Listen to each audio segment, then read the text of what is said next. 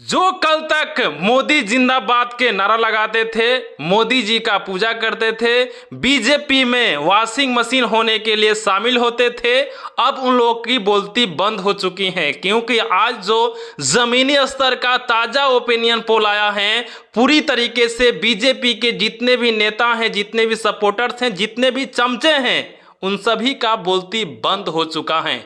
क्योंकि ये opinion poll कोई व्हाट्सएप के द्वारा नहीं, कोई सोशल मीडिया के द्वारा नहीं, बल्कि जमीनी स्तर पर उतरकर हर एक व्यक्ति के घर, उनके गांव जा जाकर उनसे पूछा गया है कि आपने और आपके परिवार ने किसको वोट दिया है, तो वो लोग बता रहे हैं और उसके आधार पर ये ओपिनियन पोल आया है। और इसे देखने के बाद मोदी समर्थन का पूरी तरीके से बोलती बंद होने वाला है। तो सबसे पहले शुरुआत में ही कहूंगा कि जो मोदी के भक्त होंगे, अंधभक्त होंगे, सपोर्टर्स होंगे, प्लीज अभी आप इस वीडियो को छोड़कर चले जाइए, नहीं तो बाद में चल के आपको दुख होने वाला है। दोस्तों, हम लोग देखेंगे किस राज्य में किस पार्टी को कितनी सीटें मिल रही हैं, कौन सी पार्टी केंद्र में सरकार बना रही है, क्या राहुल गांधी भारत के प्रधानमंत्री होंगे या फिर नरेंद्र मोदी होंगे या फिर कोई और हो सकता है, उसके बारे में संपूर्ण जानकारी देखेंगे। तो वीडियो को शुरुआत करने से पहले हमारे देश के जितने भी माता बहन हैं, चाचा चाची हैं, काका काकी हैं, उन सभी का पैर छूकर कोटि कोटि प्रणाम करते हैं। तो वीडियो को शुरुआत करेंगे। दोस्तों, हम सभी देखने वाले हैं अल्फ़ाबेट से, यानी कि अ आ छोटी बड़ी जितने भी राज्य अल्फ़ाबेट से हैं, उसके आधार पर हम सभी ओपिनियन पोल देखने वाले हैं। तो चलिए सबसे पहले शुरुआत करेंगे अंडोमान निकोबार से। तो यहाँ पे लोकसभा सीटों की संख्या 1 है, जिसमें से एक सीटें कांग्रेस गठबंधन को मिलने वाला है। इसी के साथ आगे बढ़ते हैं। अगला राज्य है आंध्र प्रदेश, और आंध्र प्रदेश में लोकसभा सीटों की संख्या 25 है, जिसमें से बीजेपी को 5 सीटें, कांग्रेस गठबंधन को 2 सीटें और अदर खाते में 18 सीटें मिलने वाली हैं। मैं आप सभी को जानकारी के लिए बता दूं कि 2014 हुआ, 2019 हुआ, ये हमेशा यहाँ पे अदर पार्टी को ही ज़्यादा सीटें मिलती हैं। इसी के साथ अरुणाचल प्रदेश देख लीजिए। अरुणाचल प्रदेश में लोकसभा सीटों की संख्या 2 है, जिसमें से बीजेपी खाते में 1, वहीं कांग्रेस गठबंधन के खाते में 1 सीटें मिलने की उम्मीद है। इसी के साथ ये रुझान देख लीजिए, यानी कि 543 सीटों में से 28 पर अभी तक ओपिनियन पोल हुआ है, जिसमें से 6 सीटें बीजेपी के खाते में, वहीं कांग्रेस गठबंधन के खाते में 4 सीटें और अदर खाते में 18 सीटें देखने को मिल रहा है। दोस्तों, मैं आप सभी को जानकारी के लिए भी बता दूं कि 543 सीटों में से 272 सीट जिनके पास हासिल हो जाता है, वही केंद्र में सरकार बनाता है। इसके साथ असम देख लीजिए। असम में लोकसभा सीटों की संख्या 14 है, जिसमें से बीजेपी खाते में 8 सीटें मिलने की उम्मीद है, वहीं कांग्रेस गठबंधन खाते में 5 सीटें मिलने की उम्मीद है। इसी के साथ अन्य यहाँ पे देख लीजिएगा 1 सीट मिल सकता है। तो यहाँ पे रुझान देख लीजिएगा, 543 में से 42 पर रुझान आ चुका है, जिसमें से 14 सीटें बीजेपी को मिलने की उम्मीद है, वहीं 9 सीटें कांग्रेस गठबंधन को मिलने की उम्मीद है, वहीं अन्य को 19 सीट मिल सकता है। इसी के साथ बिहार देख लीजिए। बिहार लोकसभा चुनाव के दृष्टि से काफ़ी ज़्यादा महत्वपूर्ण है। आपको जानकारी के लिए बता दूं कि यहाँ से लोकसभा चुनाव 2019 में बीजेपी ने 40 सीट में से 39 सीट अपने नाम किया था, मात्र 1 ही सीट कांग्रेस को मिल पाई थी। मगर इस बार की जो स्थिति है कुछ अलग है, क्योंकि इस बार जो बिहार का कमांड है वो तेजस्वी यादव के हाथ में है, और तेजस्वी यादव का बिहार में दबदबा बहुत ही ज़्यादा है। और यही कारण है कि 40 सीट में से कांग्रेस गठबंधन को 23 सीट मिलने वाली हैं, जबकि बीजेपी को 15 सीटें और अन्य को 2 सीटें मिल सकती हैं। इसी के साथ हम लोग चंडीगढ़ के देख लेते हैं। चंडीगढ़ में 1 सीट है और 1 सीट यहाँ पे कांग्रेस को मिलने वाला है। छत्तीसगढ़ में लोकसभा सीटों की संख्या 11 है, जिसमें से बीजेपी को 6 सीटें मिलने की उम्मीद है, वहीं कांग्रेस गठबंधन को 5 सीटें मिलने की उम्मीद है। और इसी के साथ मैं आपको यहाँ पे साफ कर देना चाहता हूँ कि रुझान देखिए, यहाँ पे रुझान के मतलब टोटल 543 में से कितना पर ओपिनियन पोल हो चुका है उसको हम रुझान बोलेंगे, जिसमें से 94 पर हुआ है अभी तक, जिसमें से 35 सीटें बीजेपी के खाते मिलने की उम्मीद है, जबकि 38 सीटें इंडिया अलायंस को मिलने की उम्मीद है, जबकि अन्य को 21 सीट मिलने की उम्मीद है। यानी कि अभी जो मुकाबला है वो बराबरी का है। दादरा नगर हवेली में लोकसभा सीटों की संख्या 1 है, जिसमें से बीजेपी का यहां तक खाता तक नहीं खुलने वाला और 1 सीट कांग्रेस गठबंधन खाते में जाने वाला है। दमन दीव में 1 सीट और 1 सीट कांग्रेस को जाने वाला है। देखिए, दिल्ली केंद्र शासित प्रदेश में लोकसभा सीटों की संख्या 7 है, जिसमें से बीजेपी को 3 मिल सकती हैं, वहीं कांग्रेस गठबंधन को 4 मिल सकती हैं। और दोस्तों, आपको जानकारी के बता दूं कि वहाँ पे जो कांग्रेस का गठबंधन के मुख्य रूप से दिल्ली में है, वो अरविंद केजरीवाल की पार्टी आप से है, और आपके नेता के मुख्यमंत्री कहा जाए, दिल्ली के मुख्यमंत्री अरविंद केजरीवाल को ये ईडी वाले और सीबीआई वाले लोगों ने इनको जेल में डाल दिया था, जिसके बाद अरविंद केजरीवाल का साफ साफ कहना है कि बीजेपी का एक बहुत बड़ा चाल है जिसके कारण मैं जेल में गया हूं। अगर आप मुझे जेल से बाहर लाना चाहते हैं, ठीक है, तो आप हमें जिताइए, हम जेल से बाहर आ जाएंगे। और यही कारण है कि मुख्यमंत्री अरविंद केजरीवाल के पक्ष में कांग्रेस गठबंधन काफ़ी दिल्ली में मजबूत दिखाई दे रही है और वहाँ पे जम के वोटिंग कांग्रेस के पक्ष में ही हो रहा है और हो भी चुका है।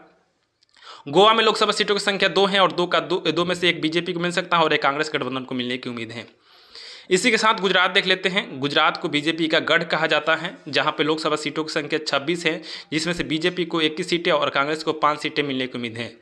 और दोस्तों हमेशा से यहां पे बीजेपी हमेशा से मजबूत रही है। 2014 में भी 26 में से 26 सीट हासिल की थी, 2019 में भी 26 में से 26 सीटें हासिल की थी, मगर 2024 में वहाँ के भी जनता बीजेपी के सपोर्ट में नहीं खड़ी है, इसीलिए तो 5 सीटें बीजेपी के गढ़ से कांग्रेस गठबंधन खींच के ला रही है। अब हरियाणा देख लीजिए। हरियाणा में लोकसभा सीटों की संख्या 10 है, जिसमें से बीजेपी के खाते में 3 सीटें मिलने की उम्मीद है, वहीं कांग्रेस गठबंधन को 5 सीटें मिलने की उम्मीद है, वहीं अन्य को 2 सीटें मिल सकता है। इसी के साथ 543 में से 141 पे रुझान आ चुका है, जिसमें से 63 सीटें बीजेपी को मिलने की उम्मीद है, वहीं 55 सीटें इंडिया अलायंस यानी कि कांग्रेस गठबंधन को मिलने की उम्मीद है और अन्य खाते में 23 सीटें देखने को मिल रहा है। अब देख लीजिए हिमाचल प्रदेश। हिमाचल प्रदेश में लोकसभा सीटों की संख्या 4 है, जिसमें से बीजेपी के खाते में 2 सीटें मिलने की उम्मीद है, वहीं कांग्रेस गठबंधन को खाते में 4 में से 2 बीजेपी को मिल सकती हैं और 2 कांग्रेस को मिलने की उम्मीद है। यानी कि हिमाचल प्रदेश में दोनों पार्टी काफ़ी ज़्यादा मजबूत दिखाई दे रही हैं। और जानकारी के लिए बता दूं कि 2019 के लोकसभा चुनाव में 4 का 4 सीट बीजेपी के नाम रहा था। जम्मू कश्मीर में लोकसभा सीटों की संख्या 5 है, जिसमें से बीजेपी खाते में 2 सीटें मिलने की उम्मीद है, वहीं कांग्रेस गठबंधन खाते में 3 सीटें मिलने की उम्मीद है। चलिए इसी के साथ आगे बढ़ते हैं, फटाफट देख लेते हैं जितने भी राज्य हैं। लद्दाख केंद्र शासित प्रदेश है, लोकसभा सीटों की संख्या 1 है और 1 सीट यहाँ पे अन्य को मिलने वाला है। झारखंड में लोकसभा सीटों की संख्या 14 है, जिसमें से बीजेपी खाते में 5 सीटें मिलने की उम्मीद है, वहीं कांग्रेस गठबंधन खाते में 8 सीटें मिलने की उम्मीद है, वहीं अन्य खाते में 1 सीट मिल सकती हैं। तो यहाँ पे भी बीजेपी की स्थिति कुछ खास देखने को नहीं मिल रही है, ठीक है, क्योंकि 2019 का जो चुनाव हुआ था यहाँ से भी बीजेपी ने 14 में से 12 सीटें अपने नाम किया था, मगर इस बार 5 ही सीट बीजेपी के खाते में जा रहा है।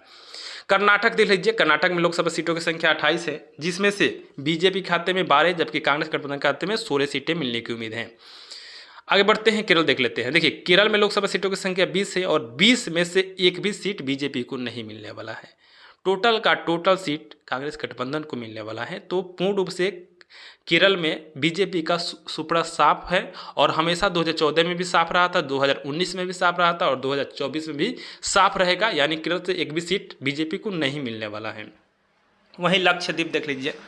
लक्षद्वीप में लोकसभा सीटों की संख्या 1 है और एक में से एक सीट ये कांग्रेस को मिलने वाला है। मध्य प्रदेश में लोकसभा सीटों की संख्या 29 है, ठीक है, 29 में से 20 सीटें बीजेपी को मिल सकती हैं, वहीं कांग्रेस गठबंधन को 9 सीटें मिल सकती हैं।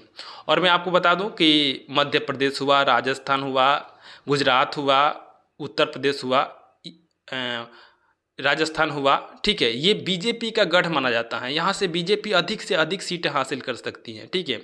और मध्य प्रदेश में जो वहाँ की राज्य की सरकार है वो बीजेपी के हैं और इसीलिए थोड़ा सा वहाँ पे बीजेपी का दबदबा है और यही कारण है कि 29 में से 20 सीटें बीजेपी को मिलने वाली हैं, 9 सीटें कांग्रेस को मिलने वाली हैं। मध्य प्रदेश के महाराष्ट्र की बात करें तो महाराष्ट्र में लोकसभा सीटों की संख्या 48 है, जिसमें से बीजेपी को मात्र 19 सीटें, कांग्रेस गठबंधन को 27 सीटें जबकि अन्य को 2 सीटें मिल सकती हैं।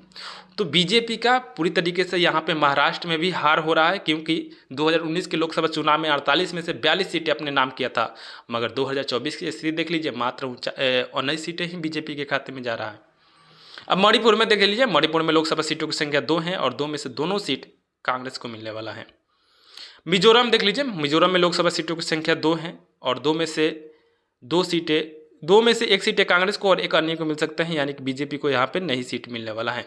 तो इसी के साथ देख लीजिए 296 पर रुझान आ चुका है, यानी कि ओपिनियन पोल हो चुका है, जिसमें से 123 सीटें बीजेपी के खाते में जा रहा है जबकि 144 सीटें इंडिया अलायंस के खाते में देखने को मिल रहा है। इसी के साथ 28 सीटें भी अन्य खाते में मिलने की उम्मीद लगाया जा सकता है।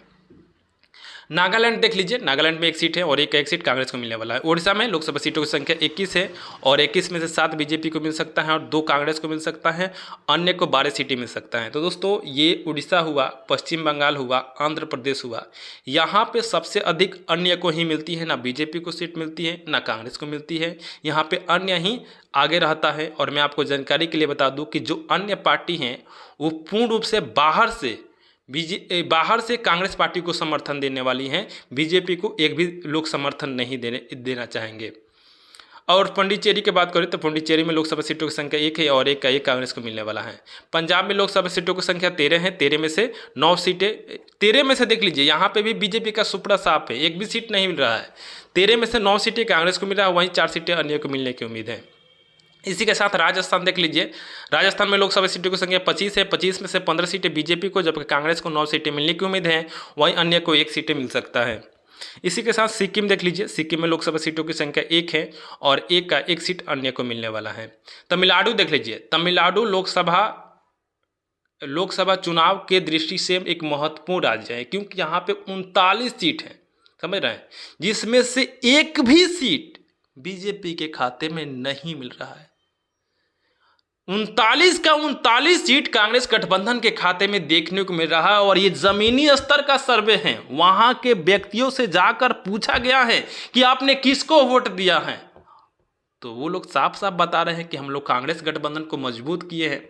और जानकारी के लिए ये भी बता दूं कि दक्षिण भारत के जो राज्य है वो काफ़ी विकसित राज्य है, वहाँ पे शिक्षित लोग रहते हैं, पढ़े लिखे लोग रहते हैं, ठीक है, किसी के बहकावा में नहीं पड़ते हैं। और यही कारण है कि दक्षिण भारत में बीजेपी को बुरी तरीके से हमेशा हार मिलती रही है। वहीं तेलंगाना के देख लीजिए, तेलंगाना में लोकसभा सीटों की संख्या 17 है, जिसमें से बीजेपी खाते में 2, वहीं कांग्रेस गठबंधन खाते में 13 सीटें मिलने की उम्मीद है, वहीं अन्य के खाते में 2 सीटें मिल सकती हैं। इसी के साथ देख लीजिए 414 पर रुझान आ चुका है, जिसमें से 147 सीटें बीजेपी गठबंधन को, जबकि 218 सीटें इंडिया अलायंस के खाते में और 49 सीटें अन्य के खाते में देखने को मिल रहा है। अब त्रिपुरा देख लीजिए, त्रिपुरा में लोकसभा सीटों की संख्या 2 है, 2 में से 2 सीटें बीजेपी को मिलने की उम्मीद है। तो इसी के साथ आगे बढ़ते हैं उत्तर प्रदेश। उत्तर प्रदेश लोकसभा चुनाव के दृष्टि से काफ़ी ज़्यादा महत्वपूर्ण है, बहुत ज़्यादा, क्योंकि ये एक ऐसा राज्य है कि जिसको केंद्र में सरकार बनवाना चाहे उसको बनवा सकती है। जिसके पास 80 सीट है, समझिए कि उसके पास कितना बड़ा औकात है। और 80 में से 45 सीटें बीजेपी को मिलने वाली हैं, कांग्रेस को 35 सीटें मिलने वाली हैं। तो यहाँ पे ज़्यादा का अंतर नहीं है। उम्मीद यही लगाया जा रहा था शुरुआती समय में कि 80 में से 72 सीटें बीजेपी को मिल सकती हैं, मगर जब अखिलेश यादव का वहाँ पे दबदबा रहा तो वो पूरी तरीके से अपने दबदबा में कामयाब रहे और वहाँ पे पूरा जो वोटर्स लोग थे उनको इंडिया अलायंस के तरफ मोड़ दिए।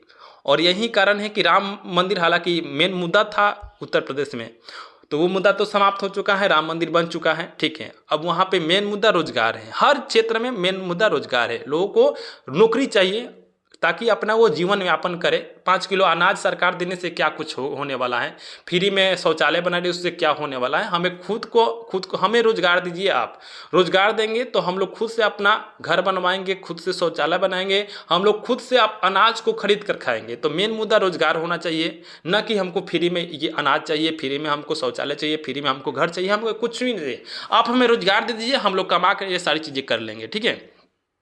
उत्तराखंड की बात करूं तो उत्तराखंड में लोकसभा सीटों की संख्या 5 है और 5 में से 3 सीटें बीजेपी को मिल सकती हैं, जबकि 2 सीटें कांग्रेस गठबंधन को मिलने की उम्मीद है। तो इसी के साथ देख लीजिएगा 501 पर ओपिनियन पोल हो चुका है, 543 में से 501 पर, जिसमें से 197 सीटें बीजेपी के खाते में, मगर वहीं 255 सीटें इंडिया अलायंस के खाते में और अन्य खाते में 49 सीटें देखने को मिल रहा है। तो यहाँ पे देखिए कितना ज़्यादा पीछे बीजेपी नज़र आ रही है, अभी 200 का आंकड़ा भी पार नहीं किए हैं। आगे बढ़ते हैं और अंतिम जो राज्य है पश्चिम बंगाल है। पश्चिम बंगाल में लोकसभा सीटों की संख्या 42 है, जिसमें से 15 सीटें बीजेपी को मिल सकता है, कांग्रेस को 2 सीटें मिल सकता है और अन्य के खाते में 25 सीटें मिल सकता है। अन्य जो पार्टी है वो ममता बनर्जी की पार्टी टीएमसी है और वो गठबंधन नहीं की है कांग्रेस के साथ ना बीजेपी के साथ। उन्होंने साफ साफ कहा है कि मैं बाहर से कांग्रेस पार्टी को समर्थन करने वाली हैं। तो ये जो 25 सीटें हैं बाद में आगे चलकर ये कांग्रेस में ही मिलने वाली हैं। तो इसी के साथ बहुमत के आंकड़ा देखिएगा तो 543 में से 242 सीटें बीजेपी खाते में हैं, 257 सीटें कांग्रेस गठबंधन के खाते में हैं, जबकि अन्य खाते में 74 सीटें हैं। तो किसी के पास बहुमत का आंकड़ा नहीं है, तो जिसको अन्य पार्टी जिसको समर्थन देगी वही क्या होगा, वही केंद्र में सरकार बनाएगा। और ममता बनर्जी अगर 25 सीटें यहाँ पे समर्थन दे देती हैं कांग्रेस पार्टी को, तो आसानी से केंद्र में सरकार बना सकती हैं। मेरे प्यारे दोस्त, मेरे प्यारे मित्र, मेरे प्यारे लोग, आप सभी भाई बहन से, मेरे माता बहन से, चाचा चाची से, सभी लोगों से रिक्वेस्ट है कि इस वीडियो को अपने दोस्तों, अपने मित्रों के पास शेयर करिएगा और उनसे कहिएगा कि इस बार बदलाव होने वाला है। और एक बार आपसे भी रिक्वेस्ट करूंगा कि इस वीडियो को आप लोग कहां से देख रहे हैं, एक बार आप हमें नीचे कमेंट बॉक्स में ज़रूर देगा। आप सभी का बहुत बहुत धन्यवाद।